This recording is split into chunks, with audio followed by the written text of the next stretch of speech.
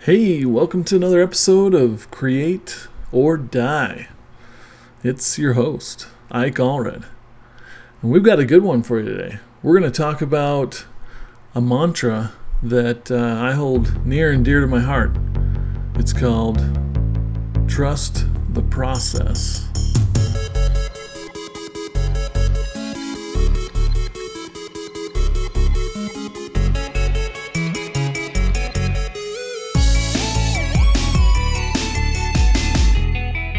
So let's do this. So, trust the process. Pretty straightforward. You can see it on the wall behind me. It's something that I've resonated with for nearly as long as I can remember. The quote itself has no author. I mean, it probably does. Someone said it originally, but you look it up, it just says unknown. So there's no one that we can necessarily give credit to. But in my life, there was someone who introduced this mantra to me. And let's go way back. Let's take a trip, okay? We're talking all the way back to the early 90s. You remember it. Maybe, if you were born, right? Back to the time when we would go to libraries. You know, there were little or no computers in people's homes, right? There certainly wasn't YouTube. You couldn't say, hey, I want to learn about this subject. I'm going to dial up the old YouTube. Even on dial-up. It was, didn't happen. Didn't have it. You know, I think I got my first taste of internet in 1995 or something. So this was before that. Let's say 91, 92. Okay, and as a young, hungry artist who wanted nothing more than to become a Disney animator, I went to the library.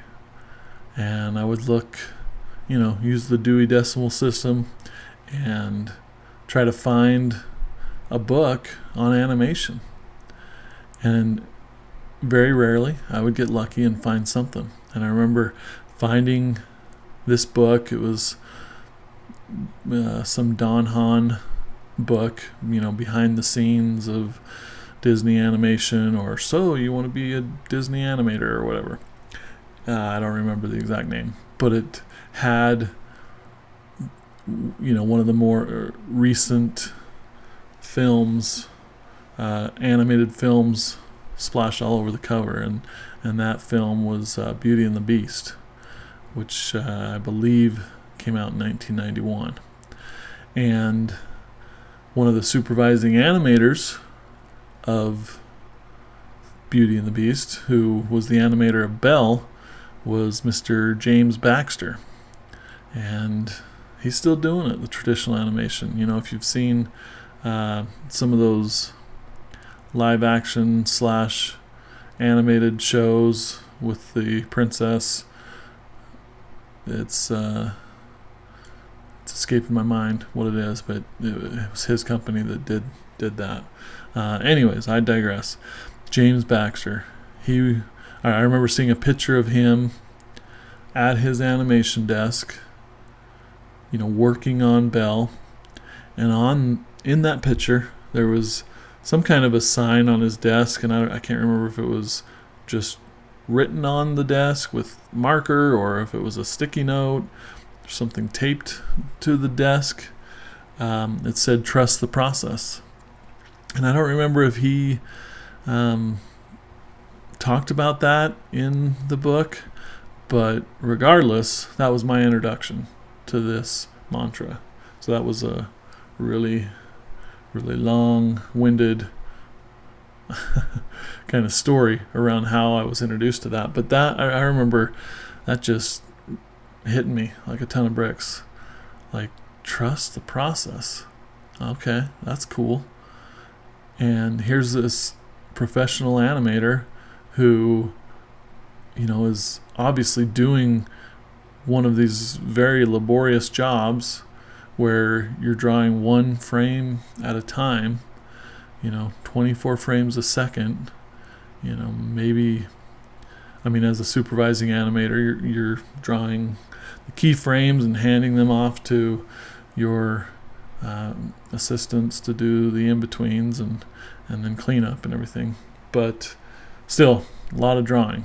And not only do you have to trust yourself in that whole process scenario with animation, you have to trust your team that they're gonna, when you hand those drawings off, they're gonna know what it is that you want or envision them to do as their fearless creative leader, right?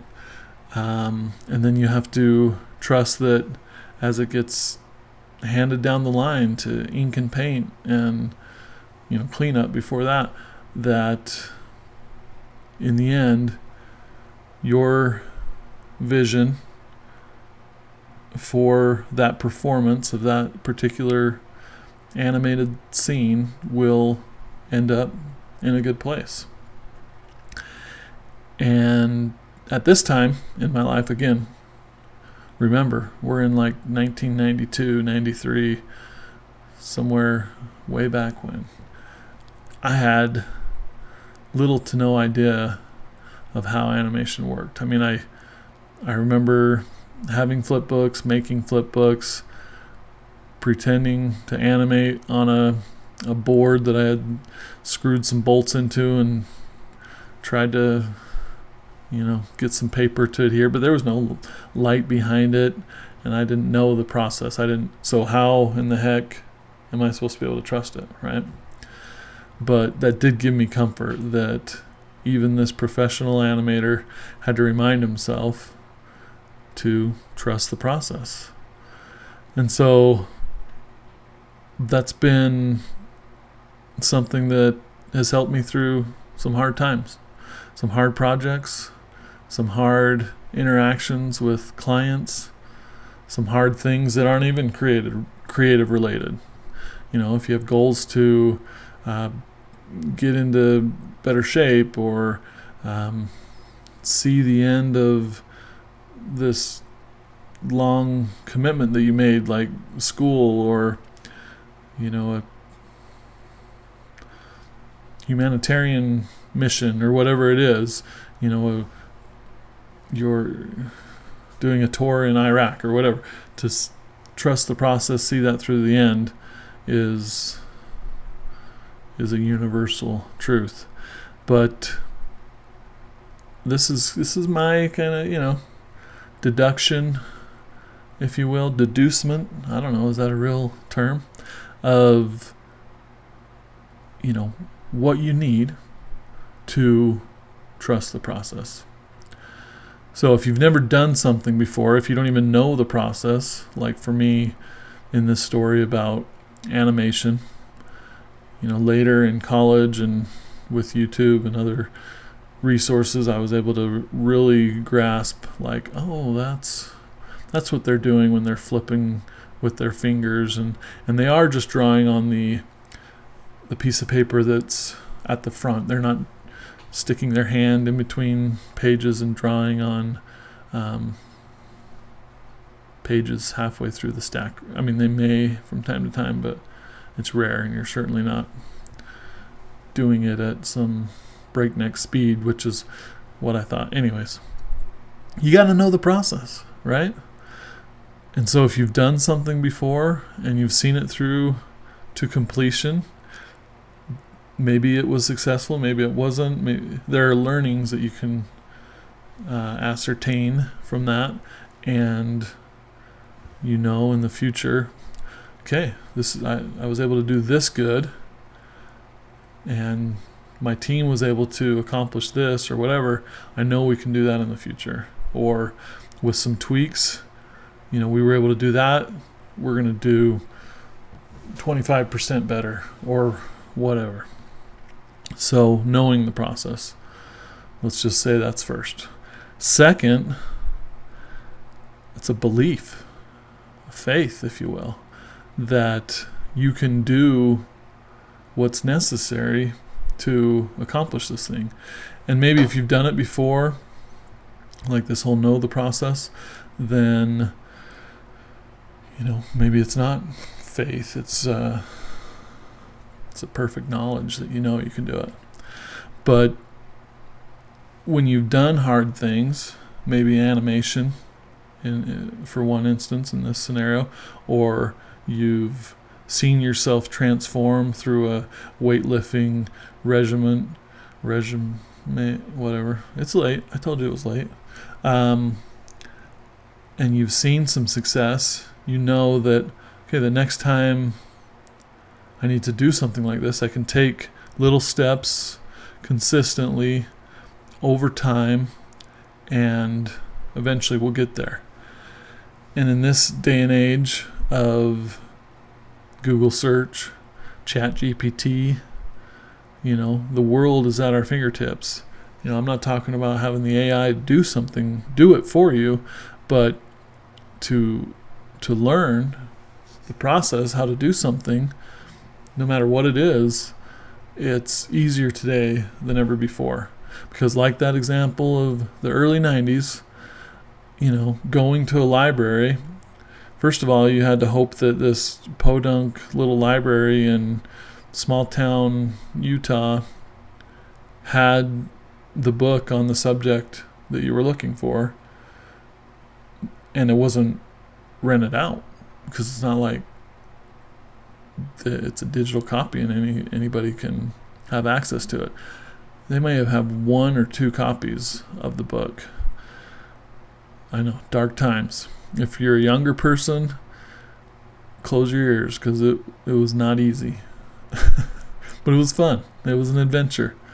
Going there, being quiet, bringing a stack of books to a table, flipping through it, getting yelled at by the librarians to be quiet or put stuff back. Okay, I digress once again. I apologize. But believing that you can do what's necessary, that's number 2. And if you've done something hard before, and you know that as long as I can see that some other human being can do this thing, then I know with enough knowledge, practice, trial and error, that I can do it too. Because humans aren't necessarily that much smarter than another human. Does that make sense? No, I told you it was late. No, seriously though, like, if you're relatively smart, you can use a computer, have faith. Like, maybe it doesn't come as naturally to you as it would someone else, this subject that you're trying to learn. But with enough persistence and, absorption of those principles, that you will eventually be able to do it. It'll click. That's the magical thing, the click. Maybe we'll talk about that a little bit more later. Number 3. Now, I know two was long, and you probably got lost. We'll recap. Don't worry. Number 3, patience. Oh, man, patience. Okay? Not patient at a hospital. This is patience as in you can't have it right now. You want something awesome. You want to be able to post something amazing to Instagram every day that you just started an hour earlier, and you want, 100,000 people to like it and 1 million views. No, not going to happen. If something is worth doing and it's valuable, and others are going to look at it and say, wow, that's an amazing thing you created there, it's because they appreciate how hard it was to do. Sure, there's some talent, skill, that goes into this stuff. But I would argue that more important than either of those is patience. You may have seen some of these pencil drawings, and this is just one of a million examples, that, big, massive, 5 foot by 6 foot pencil drawings that look like black and white photographs. People have created YouTube channels around these or whatever. And you think, wow, that looks like a photograph. That can't really be a pencil drawing. As someone who draws myself and has created halfway decent things, I can tell you that, those things are real, but something of that size and that level of precision took hundreds of hours to create. And so you can't just squeeze hundreds of hours of time, patience. And it's not just being a skilled draftsman, that's important, but it's using the right techniques to not smear things wrong, not pressing too hard, having erasers to, like precision erasers to get the negative areas, the highlights, the non black and white graphite parts, black parts. Yeah. Okay. So patience. Another example of this. So that's one. It's amazing. And you may say, well, why does someone even take the time to create a pencil drawing that looks like a photograph? Because you can just have a photograph. That's true. That's a good argument. But, people want to challenge themselves. They want to see, can I do this? And if you're a collector of such pieces, you want to be able to say, it took somebody hundreds of hours to create this, and I bought it for $10,000, whatever. Another example is something that takes a ton of patience, is of this ZBrush artist that I'm a big fan of. He's a French-Canadian gentleman, and I may be pronouncing his name wrong, but it's like Marco Plouffe or Plouffe. Apologies, Marco. Of Chios Masons, which is a studio that he's a co-founder of, and they create these amazingly detailed models, digital 3D sculpts of characters for film, maybe some television, video games is their big thing. And they're imaginative, they're amazing, they're not like anything you've ever seen before. Others copy them. But this Marco guy, he has a Twitch stream where, this is his day job to do this stuff, and his client work, 9 to 5 when he's not running the business. He's putting in serious hours on creating these models. But separate from that, kind of like what I'm doing here, he's producing content for himself and to share with others to see the process through his Twitch stream that he then posts to the Chios Masons YouTube channel. And these Twitch streams are like 1 to 3 hours a piece, and he'll be talking, answering questions, but the whole time just noodling on a part of this model, this character sculpt. And maybe he'll do 1 or 2 of these Twitch streams a week. Like I said, they're 1 to 3 hours each, and it'll be like over a 3-month time period. maybe 2 if he's in the zone most days. I don't know. But you add it all up, and I think, one of these characters is about 80 hours worth of time to create, which, that's 2 weeks of full-time job work, and he spreads it out over a few months, like I said, and he has these amazing portfolio pieces that end up coming out of this.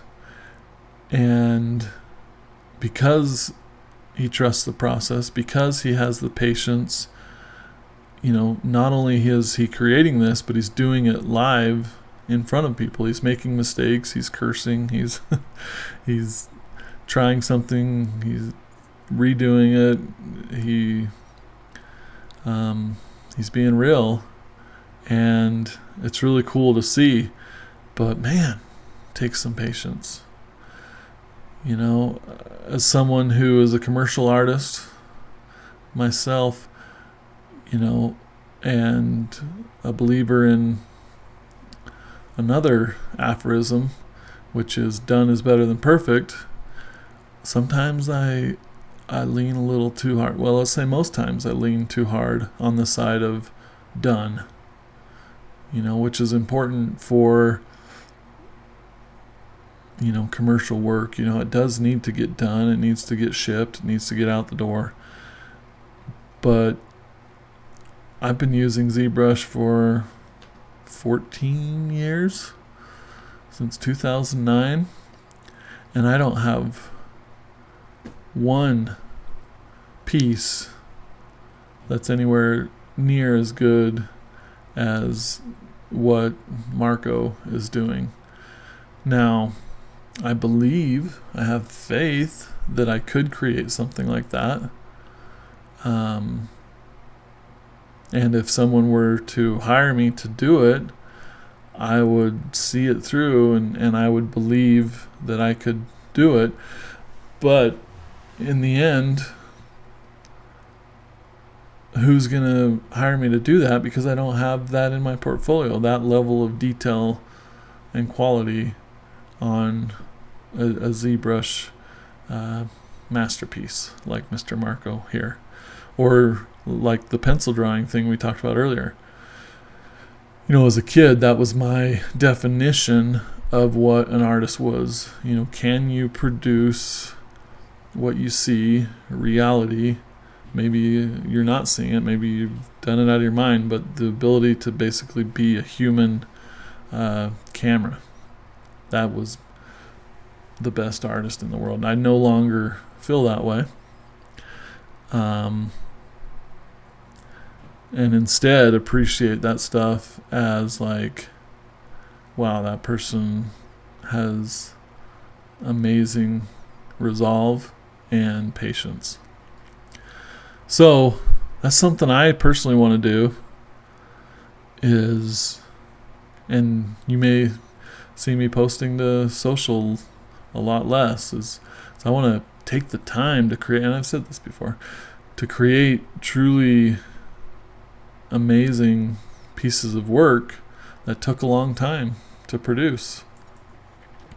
And the way that those things get created is the trust of the process, the trusting of the process. So there you go. And number 4 in this list is having the resolve, and I hinted to it a minute ago, to see it to completion. Because I can't remember where I heard it recently, but I think it was from Chris Do on typeface design. He was paraphrasing another like typeface designer who said that 90% of the process is fun. It's that last 10% that's hard. That's super hard.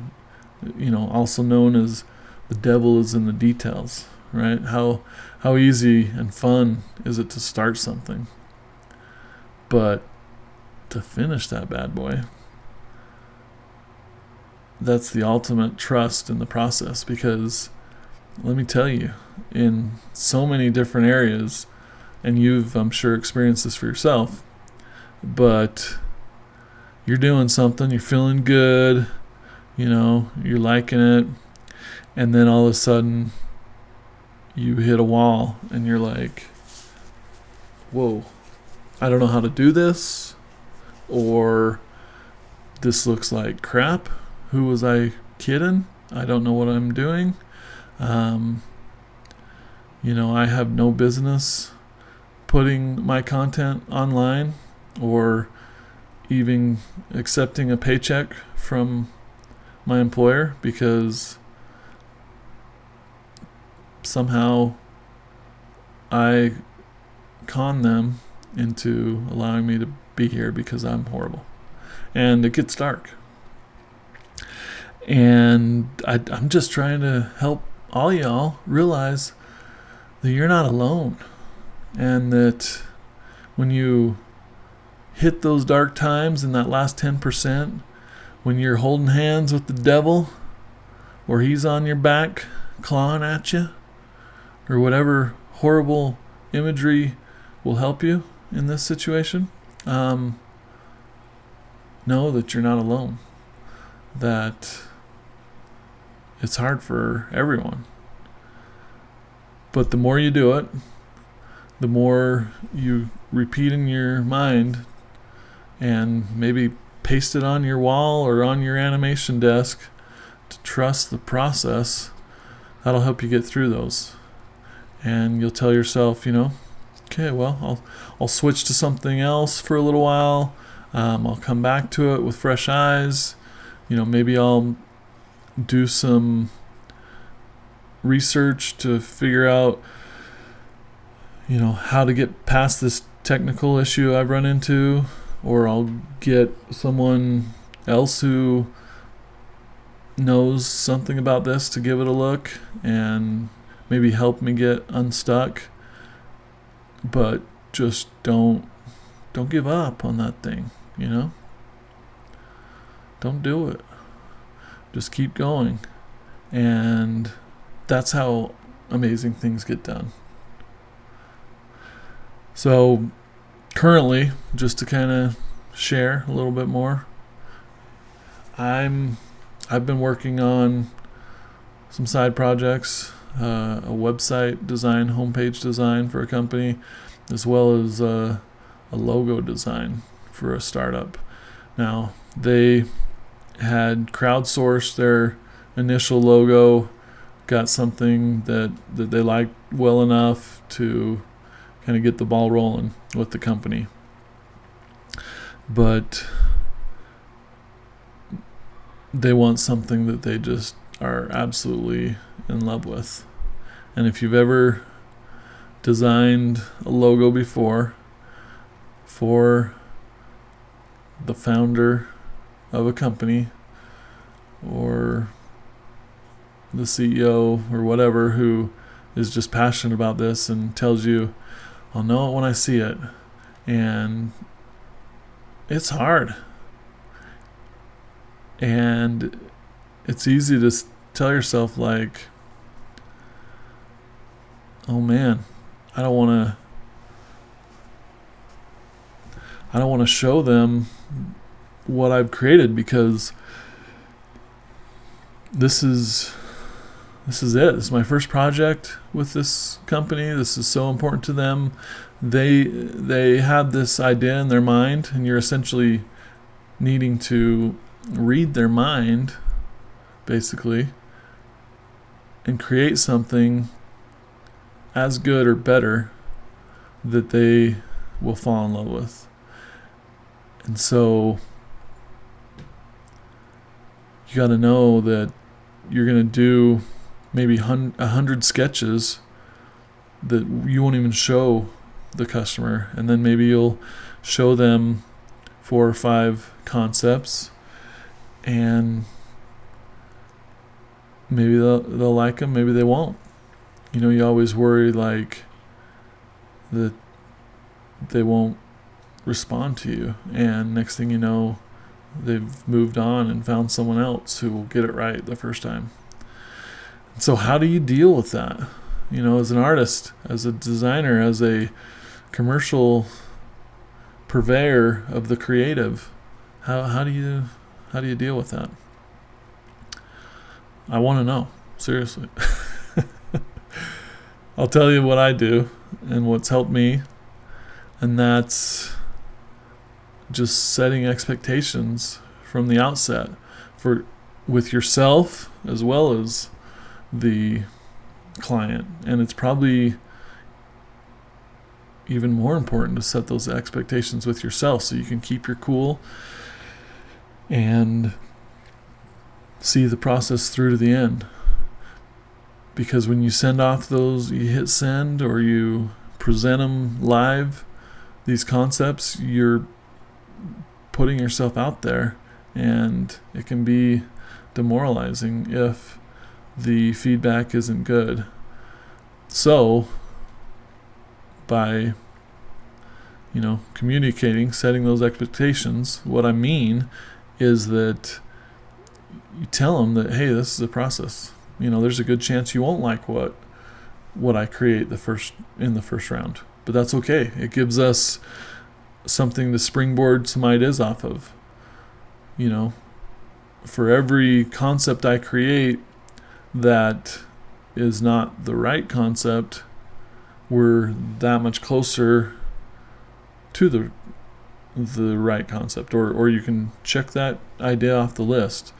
And hopefully you're doing initial concepts that are unique enough to where you're kind of narrowing in and answering questions like, okay, this one was just logo type, this one was was just kind of a pretty plain font with the logo mark, or this was unique logo type and a logo mark together. And this one had maybe more edgy energy. This was more stable and strong and safe yet unique, or whatever. What are they gravitating to? And this could get us into a whole new conversation about how to scope this kind of work. It's hard to give a fixed bid on a logo. Essentially, if you say, hey, I'm going to deliver X amount of concepts, we're going to have 1-2 rounds of revisions, different rounds of concepts or whatever, there's a good chance that they may not end up being happy after that many rounds, or you've put too much pressure on yourself and aren't able to deliver, or maybe you're lucky and you will. Anyways, it's hard. Let's just leave it at that. But if you do have the luxury of maybe having an open-ended project, you're working in-house or just hourly on this, and you can say, yeah, we'll do this again and again, and we'll learn and we'll tweak and we'll trust the process, but just know that you're not going to like the first round. There may be things in there that we can learn. Second round, hopefully there will be one that you don't hate, and then we can narrow in on that. And the third round is variations of that. But it's subjective and it's hard. So I guess I'm trying to motivate myself to see this project through and to know that, while I've been having fun and that first 90% was sweet, I think I'm still in the 90%. I've only sent off the first round of logos, and I got some good feedback. They actually took the time to say, their thoughts on each of the 5 concepts. None of them were instant winners, that's for sure. But so yeah, logo design is a hard one. There are a million other examples. This idea of creating a new website homepage for a company. I mean, that's your front door for a lot of companies. That's, you're not brick and mortar, so that digital presence is the most important thing to that company, and the first impression for a lot of those prospects. And they're going to really acutely grade the company on the quality of that website. They may not be able to say, hey, I know what I like about this website, or I don't, but they'll feel it. They'll know, does this website convey trust and professionalism? And that can be conveyed even if it's for an aggressive rollerblading brand or like Nike shoes. I mean, you trust that even in this category that they know what they're doing, and you can trust to do a credit card transaction with them or whatever. So trusting the process is easy to say, but I'm just trying to say it's hard to do in practice. But the more you do it, the more you believe that there is an end in sight, and accept the fact that some projects are going to go smoother than others, and communicate to these customers and find ways to narrow in on what it is somebody's looking for. Like if somebody says, hey, your client, I like this website, this is my competitor, or maybe it's a totally different industry, but it's just well done and this is why, then that's going to help you when you create their version. It's not like you're copying them, but you can say, I can see that, okay, it's got happy imagery of people, or it's using darker tones, there's lots of white space, or it's aggressive and fast, whatever. That helps.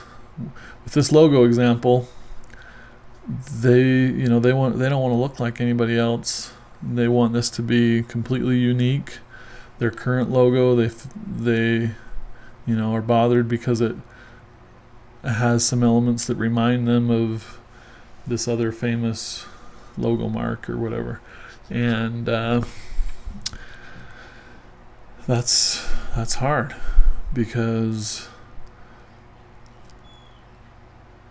it's hard to do simple, it's hard to do unique, because with the billions of people out there, there's a good chance that someone's created something really similar, if not exactly like that. Yeah, so give that some thought. And what is it that you've experienced where you had to trust the process, or maybe you didn't, and maybe you gave up? And would this mantra, this aphorism of trust the process, would that have helped you? Are you somebody who can be patient? All good questions. And let me just tell you, it's not something that you just do overnight. It's something you work at and you get better at. And so just to kind of recap, trust the process. My 4 steps is you got to know the process, right? Is number 1. Number 2, you got to believe you can do that thing, or you can do anything. That's even better. You just believe, like, if I train hard enough, if I read enough books or digest enough YouTube videos, I can do that thing because I'm a capable human. 3rd is patience. Them stuffs is hard, and you gotta just be patient with yourself, be patient with the process, and keep moving forward. And number 4 is have that resolution to see this thing all the way through, realizing that in reality, step 4 is probably the hardest. It's completing that thing. And that's why done is better than perfect. It's true. And if you can convince yourself that perfection is impossible and help your clients see that as well, then your likelihood of completing something and having them be happy with it increases. So set them expectations. And again, I apologize if my tiredness is shown through more than I would have liked it to, or more important, you would have liked it to. But we're real here, and I want to be consistent. This is something that I've committed to do and that I enjoy doing, even amidst the busy life that we all live. It's important to me, for the tens and tens of people that watch and listen to this, that I'm here. I'm being consistent, and I'm trusting the process that one day it'll pay off. But at the same time, I'm enjoying the ride. So until next time, my friends, keep on creating. Create or die.